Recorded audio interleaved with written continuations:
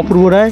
আমরা কাল সকালে যথানিয়মেই কাজ শুরু করেছিলাম, ফাইবারের কাজ ওরা শুরু করেছিল, তখন পুলিশ এসে ফাইবারের কাজ বন্ধ করে দিয়েছে। আবার এদিকে আমাদের ছোট ছোট কিছু কাজ রয়েছে সেগুলোও বন্ধ করে দিয়েছে, কিন্তু ওরা নির্দিষ্ট কোনো কারণ দেখাতেও পারছে না বা বলছে না, বলছে যে উপর থেকে চাপ আছে। উপর থেকে কী চাপ আছে বা কোনো নোটিশ আমাদের কিছু দেখায়নি বা এরকম কিছু ওরা দেখাতে পারছে না।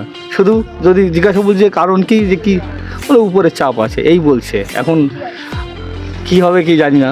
আর যেহেতু পারমিশনের জন্য কোর্টেও গিয়েছে, আজ হয়তো কোর্টের একটা ফয়সালা আসতে পারে, দেখা যাক, সেই অপেক্ষায় আসতে এগোচ্ছিল। কিন্তু মাঝে প্রাকৃতিক দুর্যোগের জন্য কিছুটা 3-4 দিন কাজ করতে সমস্যা হয়ে গেছে, 3-4 দিন কাজ বন্ধ ছিল। তারপর আবার এই যে প্রশাসন এই 2 দিন আপাতত কাজ বন্ধ রয়েছে, মানে আমাদের কাজের গতিতে চলছিল সেই গতিটা আপাতত স্থির রয়েছে।